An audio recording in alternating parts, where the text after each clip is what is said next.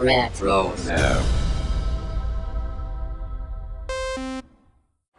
What's up, guys? This is Daniel Logan, Boba Fett from Attack of the Clones, The Clone Wars, Book of Boba, Skywalker Saga game, and hopefully many more things in the Star Wars galaxy. You are listening to Jay and Dennis on Podcast Stardust. Yep, this is the way I've spoken.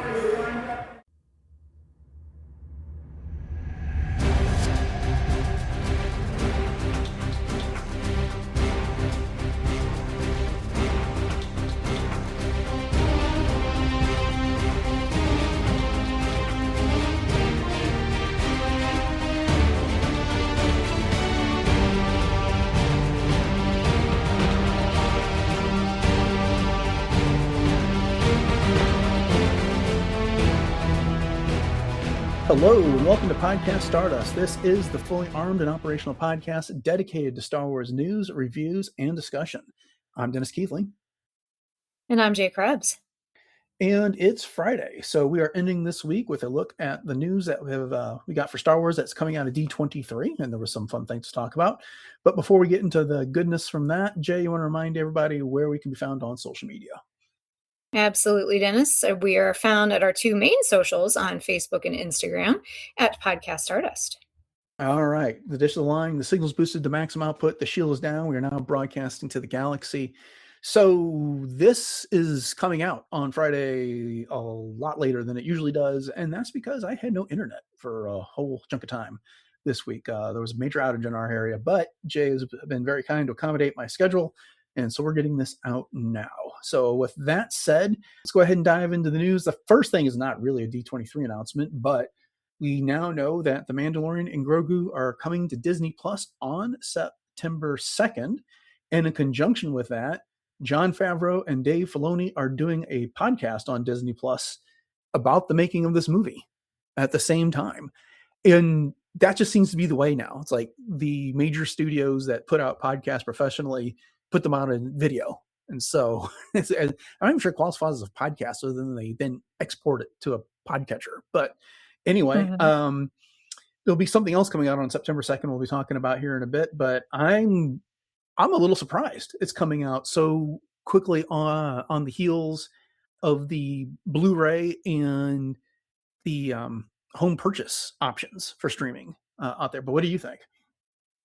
Well, I think anybody that's going to want to purchase it on the collectible physical copy is going to do it regardless of when it comes out on streaming. It's just having the convenience, of having it on streaming. And that third thing that you were talking about, that we will be talking about, it just makes me think that September 2nd, they're kind of turning it into a little mini Mando event. Because Right. you've got this premiering, and then you've got the podcast, and then you've got that other thing that is coming We go out ahead and September 2nd. don't need to be coy. We can go ahead and talk about that too. But that'll be the release day of the Lego Star Wars Mandalorian special that they're putting out, and we can get details about that in just a second. I guess my only point is this: is that when the movie was out in May, and then it comes to the Blu-ray option, and then the for purchase options from places like Amazon, stuff like that, in August, and then you make it available on your direct consumer platform, Disney Plus, 1 month later. I agree with you. There's a lot of people that are going to be physical media collectors that are going to get it regardless of when it comes on Disney Plus. But I also know there's other people that are just diehard Star Wars fans that might be tempted to buy it in one of those other formats if they don't know that it's going to be available on Disney Plus, to which they already have a subscription 1 month later. So just from a business point, I mean, who am I? I don't have an MBA. I don't do those types of things, but I would have thought it would be like October or something. That would have been a more realistic date, but I'm not complaining. I'm happy to have it out there. So at any rate, with just in time for Labor Day weekend, I guess we're going to be able to watch Mandalorian and Grogu again. But the other Mandalorian of the product that we were just talking about, which is the Lego Star Wars Mandalorian special, they put the trailer for that out during D23, and the framing device seems to be Pelimoto telling the story of how a little green guy turned a stone cold bounty hunter into a warm and fuzzy stone cold bounty hunter. And the whole trailer was replete with classic scenes and images from The Mandalorian, many of the characters that we're used to: Ahsoka, Moff Gideon, IG-11, Boba Fett, Queel, Migs Mayfield, Bo-Katan, Luke Skywalker, and the like. But they're just putting a bit of a comedic twist on a lot of these things. So we're kind of like getting the greatest hits from the Mandalorian of the special. Looks fun. I'm definitely going to watch it, and I'm sure we're going to be covering it on the podcast sometime in September. But what did you make of the trailer, Jay?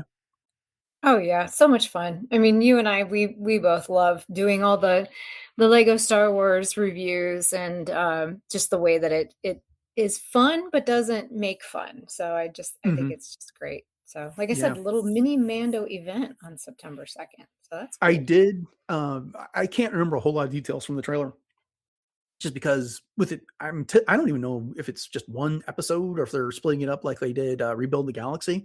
But one, I know the story. Two, at the end, you get the whole Luke Skywalker scene when he shows up on Moff Gideon's ship and slices through the Dark Troopers. And then he pulls off his hood, and Mandalorian looks at him and was like, "You did that like we're supposed to recognize you." Right. And then he said, "I'm Luke Skywalker." And then Mando and Bo-Katan are just staring at him. "Darth Vader was my father." And they both just kind of shrug like they have no idea who that was either. So Yep. that was a fun little moment in the trailer. So yeah, that's good.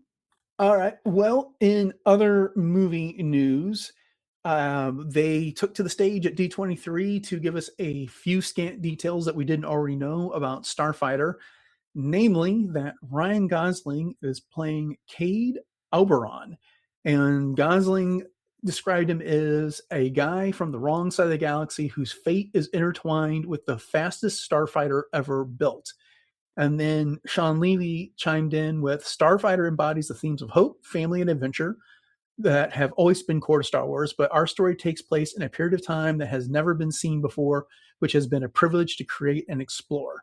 And then if you head over to StarWars.com, you can get a brief description of the movie, which says, "In Starfighter, when a cynical rogue is confronted by his mysterious past, he is hurled into a dangerous adventure across a galaxy that puts him on a crash course with destiny." So I'd been speculating for a long time that Starfighter may not actually have to do anything to do with a ship. This might be his name, but that turns out to be wrong. It is in fact going to have something to do with a starfighter. And but what is your reaction to these tidbits that we got from D23 about Starfighter? Oh, so many things. First of all, the jacket. Oh my gosh.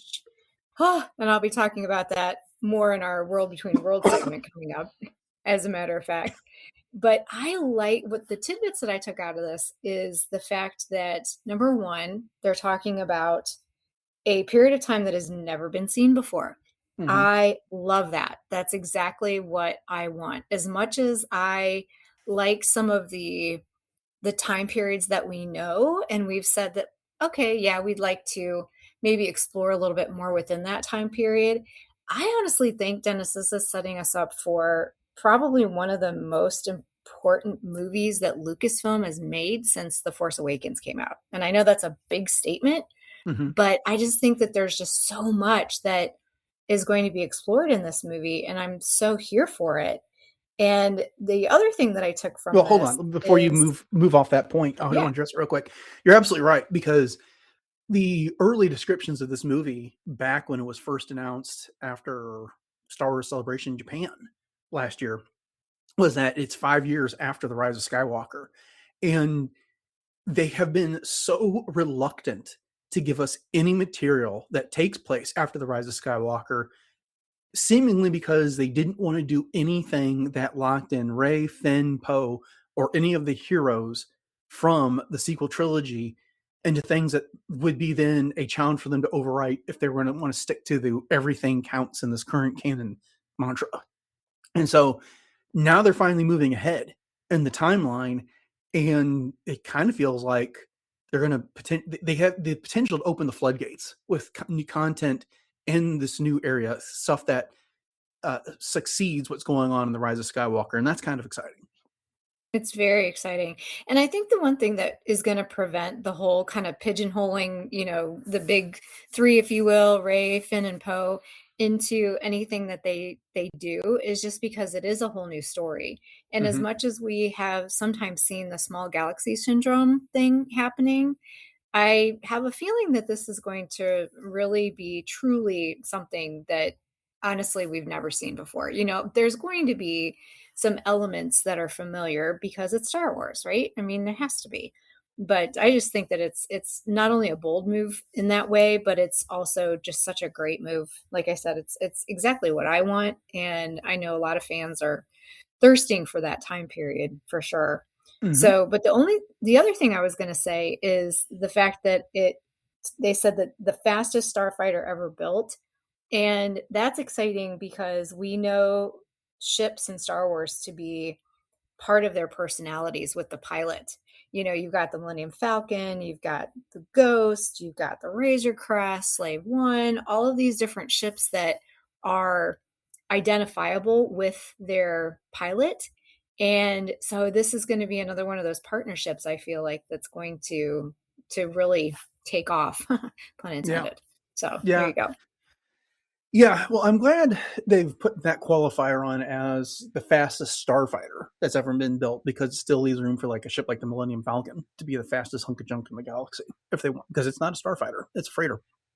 The other thing that's, sticking out to me from the details of these few things that they've said is that in Starfighter, when a cynical rogue is confronted by his mysterious past, and I'm not against, I'm going to be careful how I say this.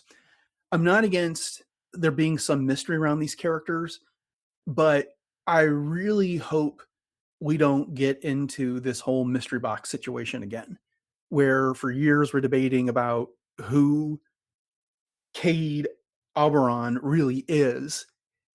And then, we get like an unsatisfying answer, or an answer that doesn't please everybody. And then there's debates about it, about the way it should have gone, that type of thing. So whatever this mysterious past is, I hope it's tied up as part of the story, and they're not using the mystery box type of thing in place of story as a substitute for story, if that Mhm. makes sense.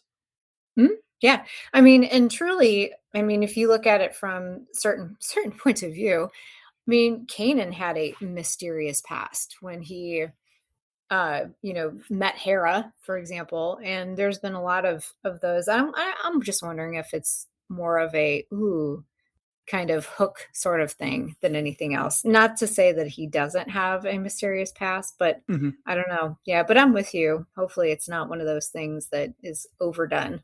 Well, yeah, at least with Kanan, they outed him as a Jedi by the end of the second episode, or the first, Mhm. if you want to count the two-parter as one. But so, Mhm. we weren't sitting around going, what is Kanan's secret for, anything. It's he stood up, ignited his lightsaber. Kid, I'm about to let everyone in on the secret. He just Yeah. proudly went out and did that. So it's very exciting. And man, that movie's going to be here before we know it.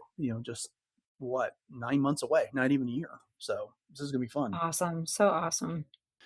So Dave Filoni, of course, was on hand and made available to all kinds of media outlets while he was there at D23. And inevitably, now that he's the head honcho at Lucasfilm, he was asked about the hunt for Ben Solo. And so Dave was being Dave, and which is meant he was a little bit coy. And he kind of did, I can't remember what the outlet was that asked him, but the whole video is on an Instagram reel, which you can find. But he was doing the Jedi trike motion. It's like, that we aren't making that picture right now. We aren't making that picture right now. That's all I can say. And then later, not in that video, he said something to the effect of, "It's not here. You won't find it here. The Force is not with us in that regard. I love the love that you feel for it, though." So I don't want to get anyone's hopes up, but this qualifier here, we aren't making that picture right now, Yes. Yes. kind of leaves the door open for all of us that are hoping to see that movie get made at some point. Exactly. And that's the two words that I latched onto as well, is the Mm-hmm. right now, Yeah. which, obviously does kind of lend itself to believe that, okay, well, maybe it could potentially be an idea worth exploring. And, we've had this news out there for quite some time about this script being written and Adam Driver being on board with it, and all of the things. And as much as I was excited about the potential for it, the more I think about it, I don't know, what do you think, Dennis? I mean, as much as it's a fun idea to explore, is leaving his story unfinished part of the tragedy of his character that maybe should be left alone. Because sometimes there's a difference between I want more and Ben Solo's story genuinely requires another chapter. You know what I mean? So what Sure. are your thoughts Well, on that? I guess the one thing I differ with what you just said is that his story is technically finished right now. He died. He essentially became one with the Force, and they could leave it right there and it would be fine. And in some regard, putting a cap on the Skywalker saga, that's, and in as much as that we're talking about a lineage, from Anakin to Luke to Ben Solo, that's nice and tidy, and it allows them then to make Star Wars a bigger event by telling stories about other people that aren't Skywalkers or Solos, and that's all great. But I'm intrigued by the possibility of the story because it was Soderbergh and Adam Driver, a director, producer, and an actor that I have got immense respect for with their abilities. That, like, if Soderbergh wants to make a Star Wars movie for you, you let him make a Star Wars movie for you. It's Good point. so. I mean, I guess that's one of the draws to me for this. And also, look, I know Rey takes up the Skywalker mantle, and I'm good with that. I don't have any problem with her taking that name. But you and I are big Legends fans, and I liked seeing the legacy of the Skywalker Solo clan move on. With when we had Ben Skywalker and we had Jaina Solo, and I guess Jaina Solo fell at this point. But the point being is that the descendants of the Skywalkers and the Solos are bringing the Jedi Order into the next generation. And right when the EU got canceled, they were set to turn it over to those characters. And I would love to see more of that. And so, I don't know, I understand that they kind of, to some degree, they have to wrap up that Skywalker Solo legacy in order to be able to carry on with new storytelling. Look how great it was in the High Republic. There's no Skywalkers or Solos there. But at the same time, it's just it would have been cool to see Ben somehow be involved. And I'm trying to be careful because I've got an issue with this guy. He's a mass murderer, for crying out loud, when it comes down to it. So it's not so much that I just want to see him redeemed, not walking the streets, but if they can, all's forgiven, because how do you forgive all the atrocities just because he had a change of heart? But the point being is that I think there was something there that could have been incredible given who was involved with the story. Mm-hmm. Oh yeah, definitely. And I didn't mean to sound cynical about the whole thing because I do want to see it. Mm-hmm. But the idea though is that sometimes I think we want more and we know we shouldn't, kind of thing. Right. But you made some great points with Soderbergh being the one at the helm and the story that could potentially be told, and and all the things. So yeah. Just, well, maybe they'll, Soderbergh said he's moved on and that he just doesn't see this happening. He's got other things on his plate, but never say never. I mean, they come back to him and make him the right pitch, the right deal, then it could happen. So, that being said, I'm just not counting on seeing it, but Dave wouldn't be Dave without if he didn't leave that door open a crack for all of us. So no one's ever really gone, right? Right. So perhaps the most, I want to save the most exciting thing for last. We kind of in passing during a panel where Matt Miknovets, I think that's how you pronounce his name, who was the head writer and the executive producer, was talking about season 1 of Maul's Shadowlord. He was asked about season 2, and he offhandedly confirmed that it will be arriving in 2027. I don't know about you, but I was really glad to hear that. I was hoping this was not going to be a situation where we're going to be 2 or 3 years between seasons of the show. So I'm excited that we're apparently going to be getting that. I'm assuming in the second half of next year. Yeah, let's hope that they stick to that, because you're right. I mean, there's been so many kind of carrots dangled in front of our noses for other things that have then been pushed back. But I do think that they have seen how popular the show was with fans and how it resonated with so many people. And so obviously the decision was already out to make the second season, but we just didn't know when. So hopefully they will stick to that, and we will in fact get it next year, because that's Yeah. fantastic. Sounds like it was It's gonna be already a underway. big year. Yeah. Yeah. But it sounds like the second season of Maul was already underway at the time the first season concluded. So hopefully that is the case, and we'll be, not long after Celebration, we'll be finding about or at Celebration, the release date for season 2. So, okay. Well, the meatiest part for D23 for Star Wars fans was the Ahsoka season 2 reveals.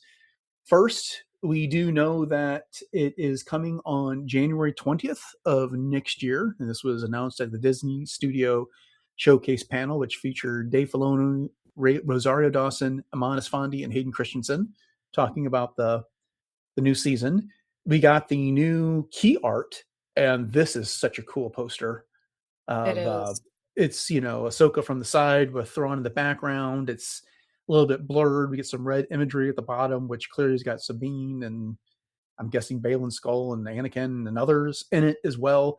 But just kind of it's not watercolor. I don't want to call it that, but the blurriness of the image, only to have like Ahsoka in the middle and stark imagery that's very clear.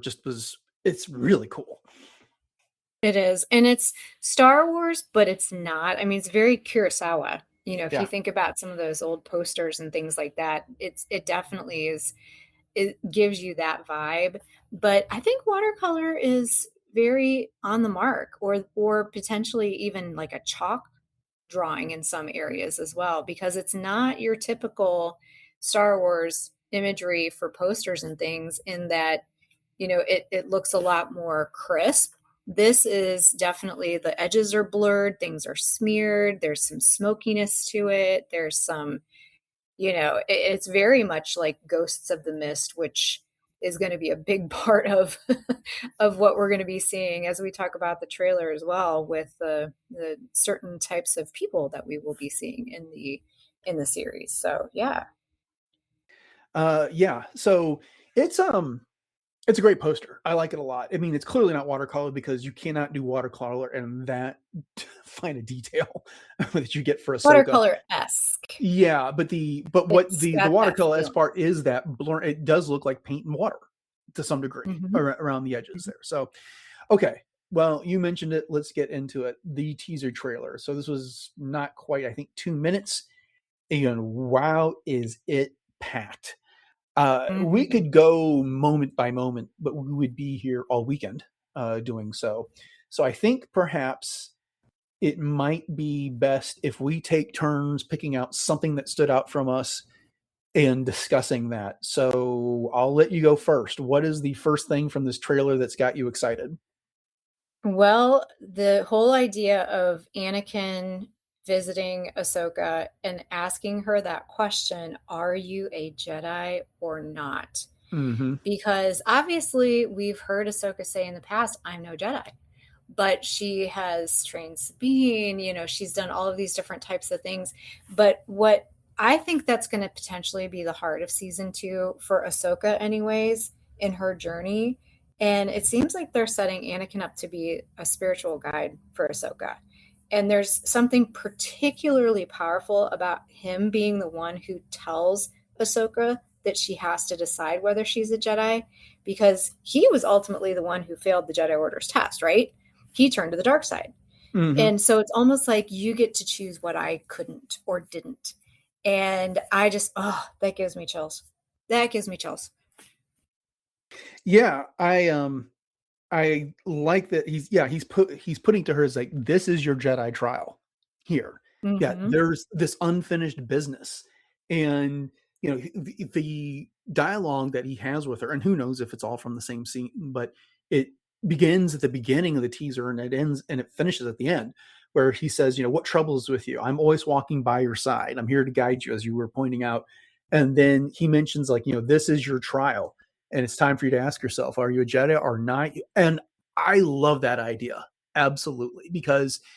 But Ahsoka had justified reasons for leaving the Jedi Order. They didn't back her up when they should have. And they didn't really even back her up for any reasons you can justify in the Force, for that matter. They were protecting themselves as a matter of politics as much as anything, and protecting their place in the galaxy. And so they were almost willing to sacrifice Ahsoka, and they kind of expected her to go along with that for the greater good. But it wasn't for the greater good. They let themselves get embroiled in all things. Okay, don't want to get into a Clone Wars discussion, but Exactly. But one thing I will say is that when Anakin tells her, "This is your Jedi trial," because of course they wrote that off in the Clone Wars as, "Oh yeah, just kidding. This was your Jedi trial, Ahsoka." No, yeah, this it wasn't. Anakin kind knew of a that. makeup attempt on their part that they handled Right. clumsily. And Right. but before they could even get back to her and really make an honest effort to do good, well, Order 66 happened. And what Jedi were left were scattered to the wind. And so what was there to do? So at any rate, but Anakin knows from him being a Force ghost and observing everything for this while, she's gone on to do Jedi business, whether she was calling herself a Jedi or not. That classic line, Right. "I'm no Jedi," whatever. And she was doing it just as well, if not better, than anyone that was left out there that survived Order 66. And the thing is that, okay, let's say like she answers that question, yes, that she's a Jedi. Well, as far as we know, it's not like she's around building the Jedi Order. So, to some degrees, I guess the question is, what does it matter? But I think they're teasing us with, this show is going to answer that question. And so I'm going to avoid the speculation on it, because I think that's kind of cool that they're going to get into that type of a theme.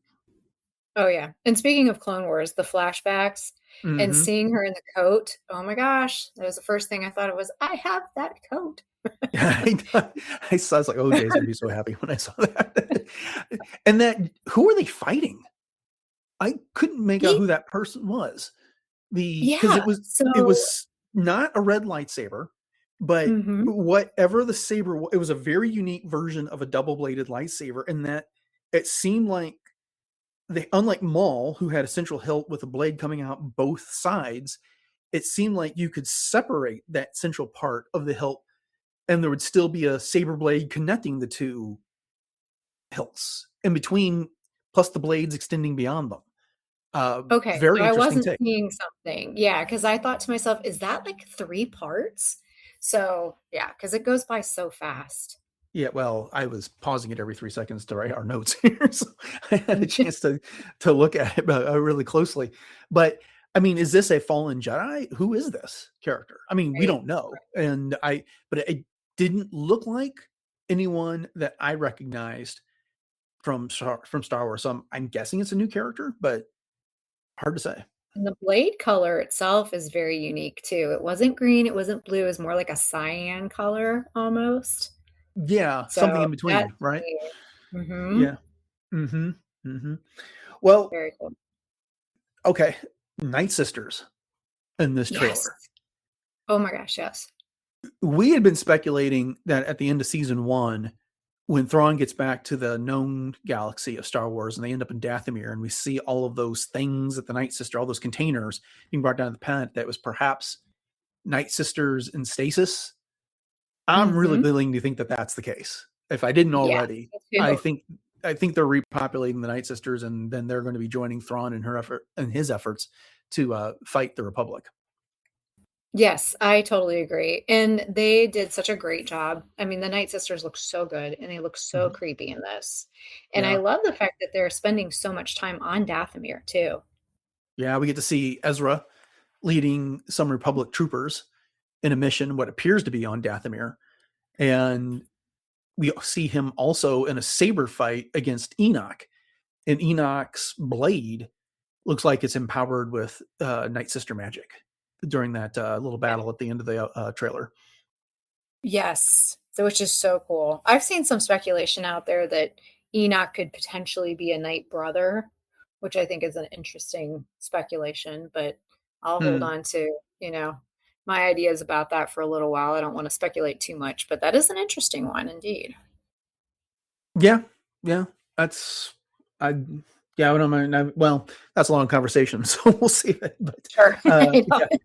But just It some is. other Ezra scenes. I mean, I love the look that they've given him with that jacket and pants combo that with a rebel insignia on the jacket. He gets a little reunion with Zeb, which is Oh, cool. that was So so sweet. Love if we that. didn't already know that Zeb was going to be in this season of Ahsoka already, we get to see them. And then Ezra early in the trailer is in a flight suit, and it looks like he's flying an Mhm. A-wing in battle for the Republic. So that's awesome that he's actually pitching in and he's coming into the fight and not just, kind of recovering from everything that happened and staying behind. But yeah, that was exciting. Very encouraging. We got the B-wings in this. Okay, I know we said we were going to take turns, but I'm just kind of going down the list and getting our comments Fine. here. But but we got a lot of space battle scenes here, and a couple of them feature the B-wings, and they are performing the way they did in Rebels, where they get that combination Mhm. laser thing similar to what the Death Star does, as compared to what we saw in Return of the Jedi, which is they kind of acted like every other starfighter out there. So that was a neat Right. callback to Rebels. Yes. And just the fact that we're getting space battle just in general Mm-hmm. is so cool because we really haven't gotten a whole lot of that. No, no. Um, what did you think about Thrawn's appearance in the trailer? He was a little lighter blue. I mean, I guess I'm just being nitpicky, but I thought he looked good. His hairline definitely looked better. Uh, But I love the shot of him in his little throne, if you will. He looks just so Thrawn. I mean, it's just everything you've ever seen of him on the covers of the books and just his demeanor and all of the things I just thought was absolutely perfect. Although, why does he call them the Rebel Alliance and not the New Republic? because he doesn't recognize the government. Because the earlier part, I'm glad you brought that up because that was a question I was gonna or Oh, something I was gonna discuss.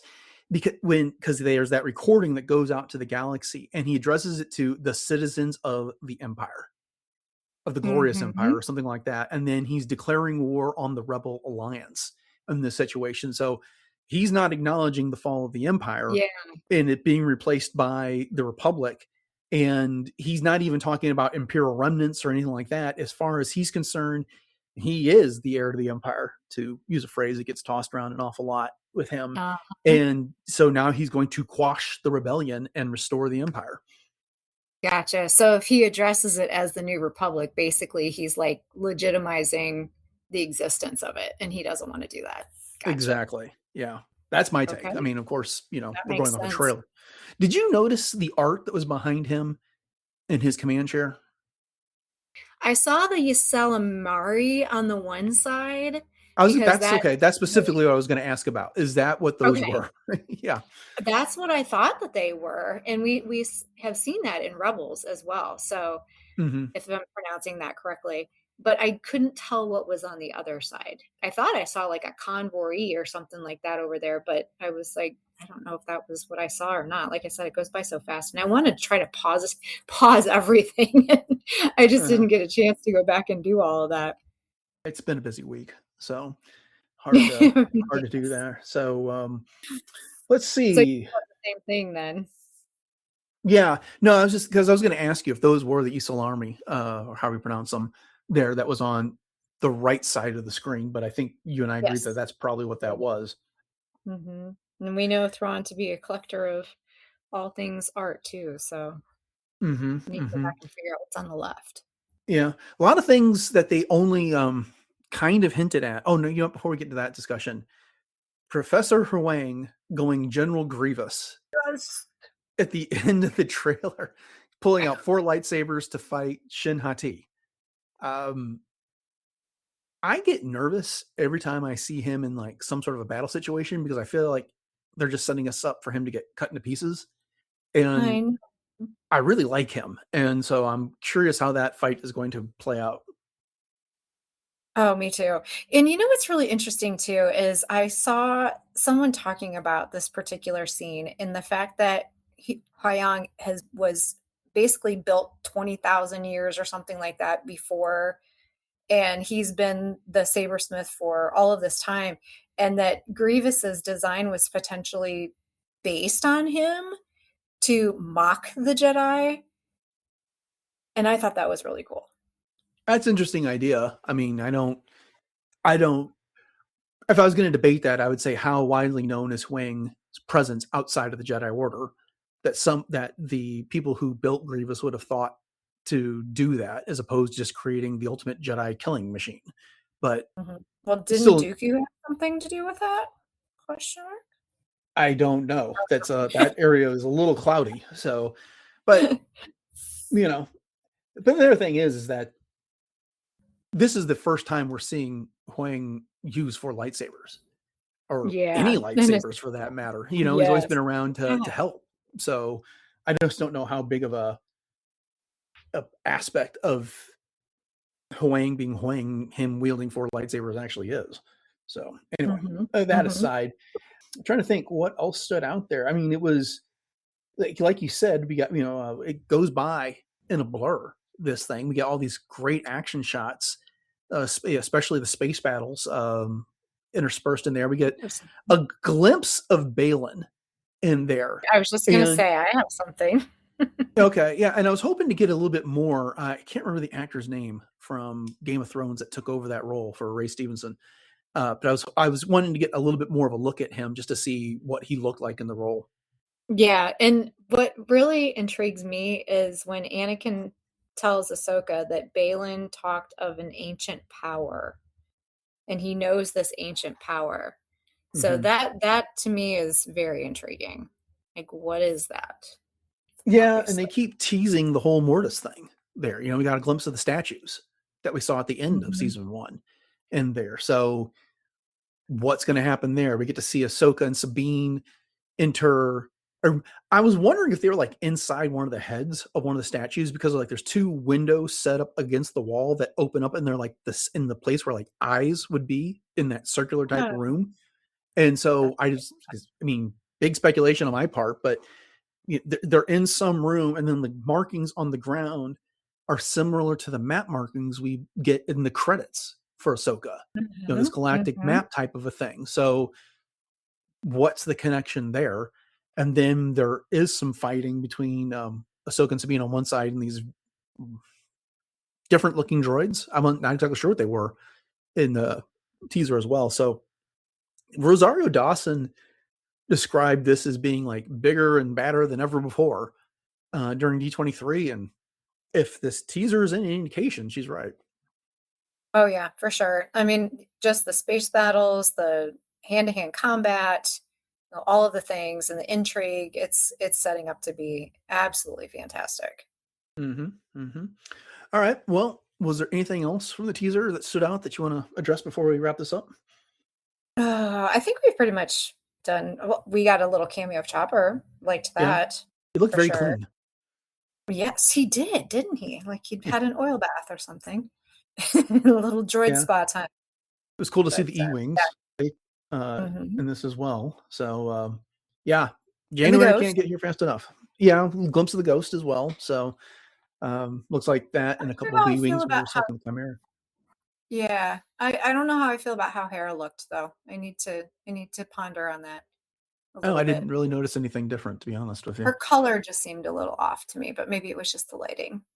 They could have just put a filter on the trailer for all we know too. Right. And I'm also wondering if the Dathomir scenes, there's like all this orange stuff floating around in the air.